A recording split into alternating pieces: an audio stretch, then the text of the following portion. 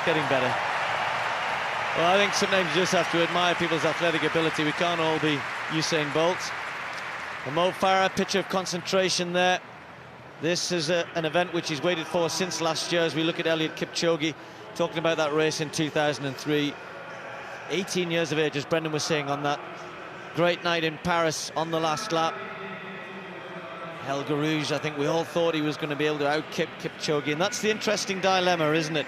The speed of the fast men versus the endurance of the distance men.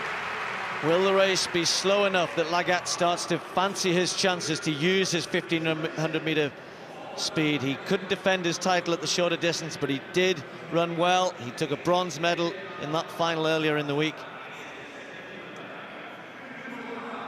He'll be really hoping that, as Brendan suggested, the first few laps might be slow, but I'm not sure how long the likes of Kipchoge and Bekele will hang around.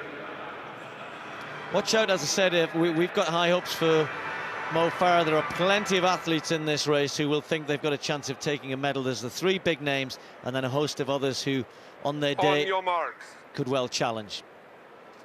The 5,000-meter final.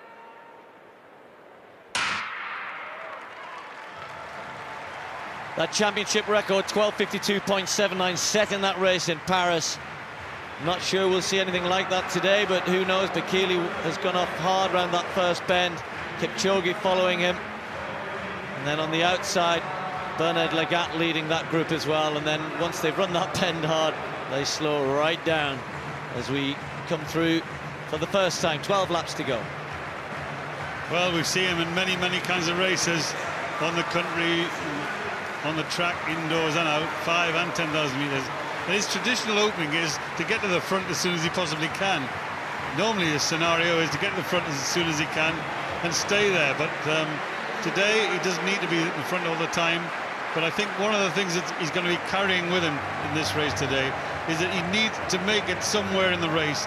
He needs to make it fast enough so that he puts pressure on Lagat and Kipchoge, because he knows he can outsprint them, but I think he can outsprint them better in a true run distance race. If it's really slow, I think he could have some questions, but Mo Farah at the back of the pack, just sitting there next to Abdosh, who ran such a brave race when he fell over in the heats and came racing back and ran very, very hard all the way there, and eventually was reinstated. And I thought that was a great piece of refereeing by the judges, and I thought it was great what they did. Bekele settling down, and he's slowing there at the front. Well, he's picked the pace up a little bit. I'm just a little concerned about Mo Farah. He's having to speed up a bit now to get with this a bit of injection of pace. You can see they're all stretched out. He's right at the very back.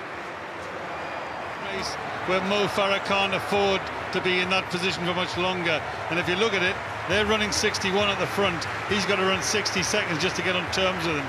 And Steve's keeping a close eye on Mo Farah, who he's suggesting is going through a bad patch, but I don't know why Mo's giving them this start now. In the early laps, it's not a problem, but now when they're operating this speed, just imagine it, you've got to run faster than they're doing. Kekenisa Bekele looks over his shoulder and tells Abuya, come on, it's your turn, I've done my bit.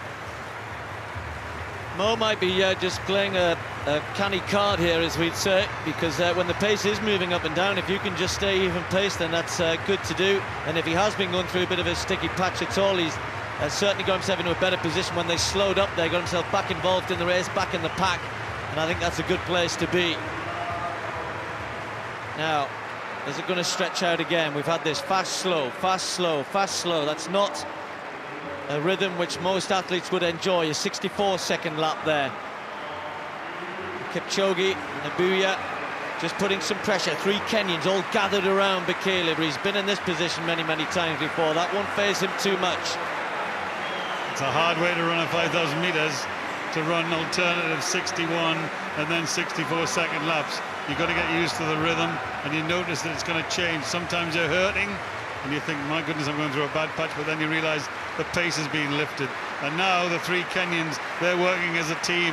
Eliud Kipchoge did his bit, and they've got 8 laps to go in the men's 5,000 meters, and this is the kind of distance where athletes can start thinking about making serious attempts. Chepkok does his in the early stages.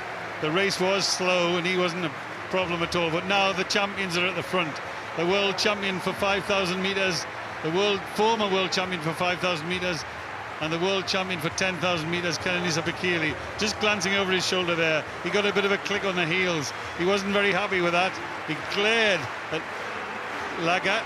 62 seconds, he's going to have to keep picking it up, he's going to have to keep moving it faster, and he's going to have to run faster than 62 to get rid of this group. This is building to a really exciting climax, and one which it's impossible to predict. A big group still as we come down to approach 2 laps to go in this 5,000 metre final. Mo Farah still there for Great Britain. Bekele at the front, looking as though this is becoming a little bit of hard work for him. Bear in mind, he's had a 10,000 metre final to contend with, 5,000 metre heats. Lagat had 3 rounds in the 1,500 metres, nowhere near as damaging as running a 10,000, of course. And that looks like, is that Abuya who's just stepped off? That's Abuya, and it doesn't look as though, well, he started to run again, not quite sure why. He had a little look behind to see whether he was last, realised he wasn't. So, Bekele at the front, Bren, then Kipchoge and Lagat, the big 3 right at the fore. And Lagat not running great in the 1,500 metres. I wonder if it's going to be as good today, or better today, I mean. And on the outside there, Kipchoge, he's, as we look at Abuya there, and Kipchoge, he hasn't had a race coming into this one. Now he's on the shoulder of kekenisa Bekele. Mo Farah is in a good place, moving up onto the outside. He needs to take closer order, and if he gets a run on the last lap, Mo Farah's in a great position now. He's finally worked himself so that he's close. He's yards only behind the great kekenisa Bekele. There goes Bekele. He's going to hold it, and he's going to try and sprint and hold this race right from the start, right from the front. There goes Mo Farah on the outside. He's got chances now. He's really quick, Mo Farah, but the 3 at the front are talented, and Bekele is coming under a little bit of pressure. Farah's in a good place there. Can he strike from there, or is he going to tire from there? What a battle we have before us now. 200 metres to go. Kekenisa Bekele kicks hard from the front. Lagat is still there on the inside. Kipchoge looks as though he hasn't got too much left. Kipsiro of Uganda, and then Qualia.